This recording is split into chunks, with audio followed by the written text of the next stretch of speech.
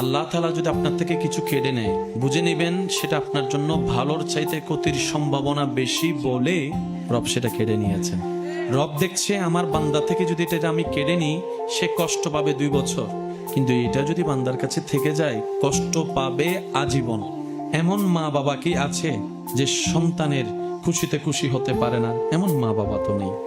তা আমরা মা বাবা যারা আছে, সন্তানের মা বাবা, এই সন্তানের মা বাবারা সব সময় চেষ্টা করে সন্তানের ইচ্ছাগুলো পূরণ করার জন্য।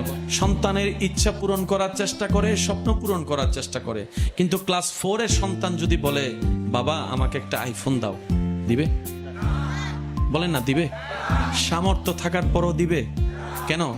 মা বাবার জ্ঞান বলছে এটা তার লাভের চাইতে রব্বুল আলামিন তার চাইতে বেশি ভালোবাসে। মা বাবা আমাকে যতটুকু আপনাকে যতটুকু ভালোবাসে।